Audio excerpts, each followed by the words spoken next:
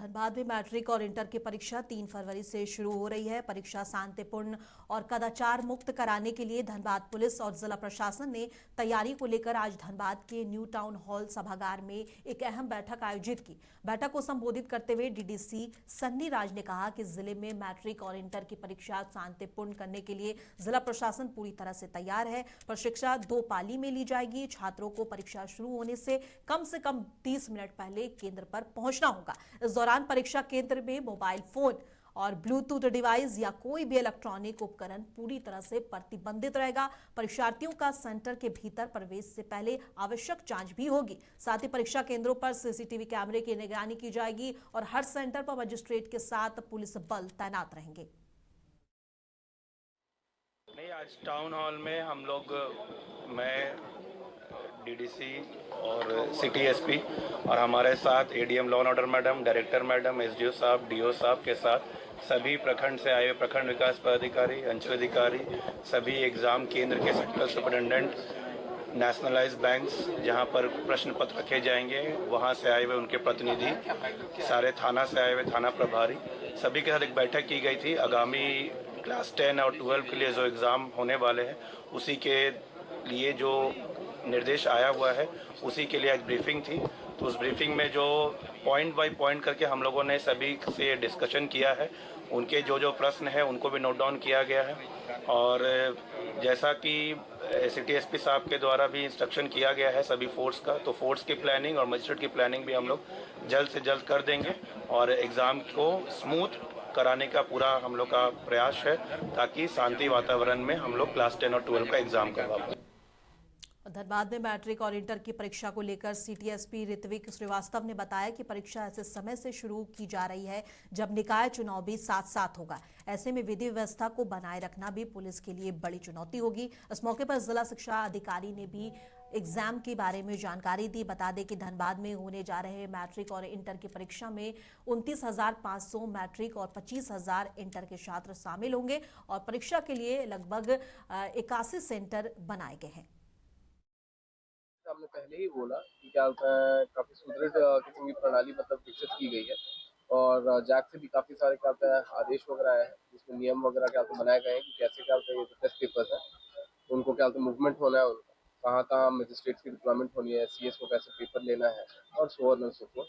साथ ही साथ पुलिस की तरफ से भी हमने काफी स्ट्रिक्ट इंस्ट्रक्शंस दिए हुए हैं। जो धांधली होती है काफी बार कि एक अभ्यर्थी की जगह दूसरा अभ्यर्थी जाके एग्जाम देने चला गया या फिर इलेक्ट्रॉनिक गैजेट वगैरह के माध्यम से टॉयलेट वगैरह में रख के फर्जीवाड़ा करते हैं, तो वो सब के लिए हम लोगों ने काफ़ी वो किए, उसका इंतजाम किए और एग्जामिनेशन काफ़ी अच्छे ढंग से और में इलेक्शन किया जाएगा उसके लिए भी कुछ फिर देखिए जिला प्रशासन के साथ मिलकर हम लोग इस बारे में पूरा ताकि इलेक्शन के कारण भी थोड़े बहुत फोर्स साइड डिप्लॉय होंगे, लेकिन हम लोग पूरी की पूरी क्या होता है ये कर रहे हैं, मेहनत कर रहे हैं कि क्या होता है एग्जामिनेशन की स्मूथ एंड फेयर वे में कंडक्ट करें।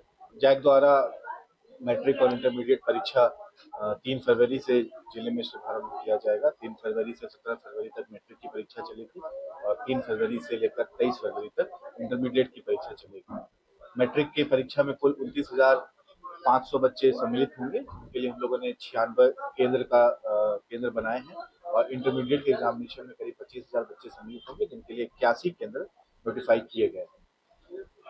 जिले में सभी प्रश्न पत्र जो जिले में नोटिफाइड स्ट्रॉन्ग रूम से प्रतिदिन मजिस्ट्रेट की निगरानी में विद्यालय तक पहुंचा दिया जाएगा और फिर सभी उत्तर पुस्तिकाओं को विद्यालय से वापस स्ट्रॉन्ग रूम में लाया जाएगा। इसी के निमित्त जो है सभी सेंटर सुपरिटेंडेंट्स और जितने प्रखंडों के बीडीओ, सीओ, थाना के सभी इंचार्ज, सभी वरीय पदाधिकारी के लिए जो आज हम लोगों ने एक बैठक रखी थी और इस कार्यशाला का आयोजन किया था ताकि सुचारू रूप से सफल ढंग से परीक्षा का आयोजन यहाँ पे कराया जा सके।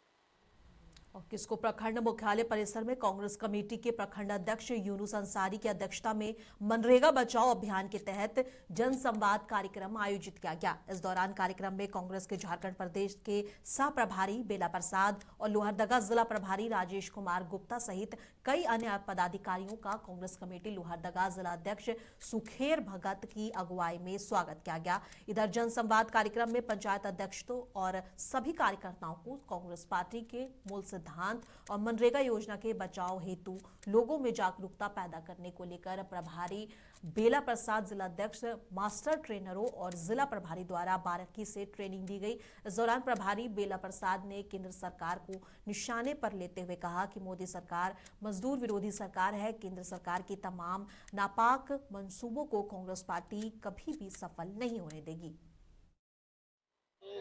MNREGA Congress party UPA government साधारण जनता का, गरीब लोग का काम करने के लिए अधिकार देगी। ये संविधान में है। ये संविधान द्वारा ये कानून मनरेगा कानून बना दिया। उनका काम गारंटी करने के लिए, उनका वेज गारंटी करने के लिए ये कानून बना। कौन किस तरह का काम कर रहा है, कौन करना, कैसा करना, काम करना, ये सब ग्राम पंचायत का हाथ में ये अधिकार देगा। ये सब 100% सेंट्रल गवर्नमेंट का फंडेड ये नरेगा एक्ट है। अभी मोदी बीजेपी आरएसएस गवर्नमेंट ये बदलाव ले लिया। इसमें क्या चेंज किया, उनका नाम भी चेंज किया, महात्मा गांधी से जी राम जी का चेंज किया। ये करने के बाद साधारण जनता का अधिकार खत्म करने के लिए तैयार है। ये उधर क्या कर रहा है, ग्राम पंचायत का अधिकार खत्म किया। ये सब सेंट्रल गवर्नमेंट के हाथ में रखी दिया। फंडिंग में भी 100% से 60% कट किया और 40% स्टेट गवर्नमेंट में ऊपर में रख रहा है। ये साधारण स्टेट्स लाइक झारखंड गवर्नमेंट का बहुत मुश्किल आएंगे। एंड ये गरीब लोगों का ये अधिकार छीनने के लिए ये प्रयत्न है, ये कोशिश कर रहा है। कांग्रेस पार्टी हम लोग डिमांड कर रहे हैं ये नहीं करना। मनरेगा बचाओ अभियान के तहत लोहरदगा में आज जनसंवाद कार्यक्रम आयोजित हुआ। इस मौके पर कांग्रेस कमेटी के जिलाध्यक्ष सुखेर भगत ने कहा कि मनरेगा गरीबों की रोजी रोटी की रीढ़ है। उन्होंने सरकार से मजदूरों का हक देने की मांग की। उन्होंने आगे कहा कि कांग्रेस आपके साथ खड़ी है और मनरेगा को बचाने की लड़ाई जारी रहेगी। ये झारखंड प्रदेश कांग्रेस कमेटी के निर्देशानुसार हमारे प्रभारी के राजू सर और श्री बेला सर के निर्देशानुसार जिला के सभी प्रखंड में जनसंवाद कार्यक्रम हम लोग आयोजित कर रहे हैं जिला कांग्रेस कमेटी के तत्वावधान में। इसमें प्रमुखता से अभी राज्य की लोकप्रिय सरकार जो 2 जनवरी 2026 को पेशा कानून लागू किया है, मनरेगा बचाओ, केंद्र की मोदी सरकार के द्वारा नाम परिवर्तन कर दिया गया। जो गरीबों का अधिकार था, जो पलायन जिससे रुकता था, लोगों को रोजगार मिलता था, उनका नाम बदल दिया, उनमें काम का दिन घटा दिया और बीएलए जैसे महत्वपूर्ण विषयों पर हम लोग लोगों से रूबरू करना चाह रहे हैं। एक दूसरे के साथ जनसंवाद कर रहे हैं कार्यकर्ता और यहाँ की जनता के साथ है। कांग्रेस पार्टी आपके साथ खड़ी है और इन मुद्दों को हम लोग बताना चाह रहे हैं। जैसे पेशा अभी हम लोग लागू किए सरकार के द्वारा, हेमंत जी और जो दीपिका पांडे जी है कि राजू सर को हम लोग बहुत धन्यवाद देना चाहते हैं। उनको प्रतिभार व्यक्त करते हुए लोगों को बता रहे हैं कि पेशा जो बरसों पुरानी मांग थी आदिवासियों के लिए, उनकी जो पूजा पद्धति पारंपरिक जो व्यवस्था था, मुंडा पहान, इन लोग को जो गांव का अधिकार है, ग्राम प्रधान को उनको कैसे अधिकार दिया जा रहा है, वो गांव को कैसे सुदृढ़ करेंगे, कैसे सिद्धांतों को गांव में सामंजस्य स्थापित करते हुए जो भी काम होगा, जो चाहे सरकारी हो गैर सरकारी हो, आप लोगों के साथ कैसे समन्वय स्थापित करें, इन्हीं बातों को लेकर हम लोग हर ब्लॉक मुख्यालय में जनसंवाद कार्यक्रम आयोजित कर रहे हैं। जिस रहस्यमय तरीके से अपहरित हुए थे युवा उद्यमी कैरव गांधी, उसी रहस्यमय ढंग से उनकी आज सुबह घर वापसी हुई है। अब पुलिस के खुलासा का इंतजार है कि आखिरकार 14 दिन वे कहां और किस परिस्थिति में रहे। ये सारा कुछ शहरवासी जानना चाहते हैं। बता दें कि आदित्यपुर के उद्यमी और एशिया के उपाध्यक्ष दिवांग गांधी के अपहृत पुत्र और युवा उद्यमी कैरव गांधी को पुलिस ने आज सुबह सकुशल बरामद कर लिया है। इस मौके पर जमशेदपुर पश्चिम के विधायक सरयू राय ने गांधी परिवार से मुलाकात कर उनका हालचाल जाना। उन्होंने कहा कि पुलिस को अभी पूरी सच्चाई सामने आनी और बतानी बाकी है और वे अभी आधिकारिक बयान की प्रतीक्षा कर रहे हैं। सरयू राय ने संकेत दिया है कि कैरव गांधी को हजारीबाग इलाके से बरामद किया गया है। बता दें फिलहाल कैरव की सकुशल वापसी से गांधी परिवार में खुशी का माहौल है और शुभचिंतकों के आने जाने का सिलसिला लगातार जारी है। अब सबकी निगाहें पुलिस के आधिकारिक खुलासे पर टिकी हुई है। नहीं, परिवार के लोगों का भी कहना है कि पुलिस लेकर 4:30 बजे आई उनको, सीनियर एसपी भी आए थे और मेरी भी सीनियर एसपी से बात हुई तो उन्होंने कहा कि अभी हम लोगों ने आधी सफलता ही पाई है। जो नौजवान अपहृत हुआ था उसको हमने बरामद किया है, मगर जिन लोगों ने अपहरण किया है उन तक भी हम पहुंच रहे हैं और उनको भी हम पकड़ लेंगे। ये पुलिस का आत्मविश्वास है। रिकवरी कहाँ से बता रहे हैं?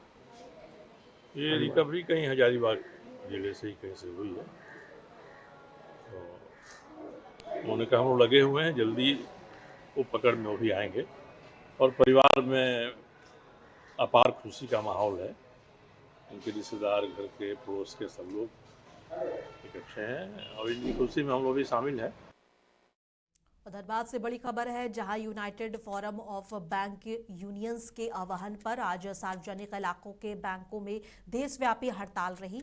5 दिवसीय कार्यप्रणाली की मांग को लेकर SBI, PNB bank of Baroda, Canara bank जैसे कई बैंक जो है आज हड़ताल पर रहे और बता दें कि 3 दिन के अवकाश के बाद लगातार चौथे दिन बैंक बंद रहने की नकदी प्रवाह पर असर पड़ने की आशंका है। बैंक यूनियनों का कहना है कि 2024 में 5 डे वर्किंग पर सहमति बनी थी, लेकिन अब तक नोटिफिकेशन जारी नहीं हुआ है। आज 5 दिवसीय बैंकिंग की जो मांग है वो वर्क लाइफ बैलेंस करने के लिए बहुत जरूरी है और हम लोग इसी तरह से 5 दिवसीय मांग नहीं कर रहे हैं। हम लोग हफ्ते दिन का 40 मिनट अतिरिक्त देने के लिए तैयार हैं और जो है मोदी जी बात करते हैं मन की बात, लेकिन वो मन की बात ना कस्टमर की सुन रहे हैं ना बैंक वालों की सुन रहे हैं। वो किसकी सुन रहे हैं? इंडस्ट्रियलिस्ट की और बड़े बड़े मल्टीनेशनल कंपनी की। आज की ये मांग है 5 दिवसीय बैंकिंग की कि हम लोगों के लिए घर परिवार को समय दे सके। आज जो बैंकर है मानसिक तनाव से गुजर रहा है। आज 30 से 35 साल के जो भी लड़के, यंग जनरेशन जो आ रहे हैं वो आत्महत्या करने के लिए मजबूर है, नौकरी छोड़ रहे हैं। कितने तरह के रोग, शुगर जैसे रोग हो गए, ब्लड प्रेशर जैसे रोग से पीड़ित हो रहे हैं। सर हमें 5 डेज बैंकिंग चाहिए। स्पेशली हम यहाँ सभी एकत्रित हुए हैं 5 डेज बैंकिंग के लिए। हमारी डिमांड है सर सरकार से, हमारा कार्यकाल आप कुछ वक्त के लिए बढ़ा दें, बट सर हमारे निजी जीवन की खुशी भी इम्पोर्टेंट है।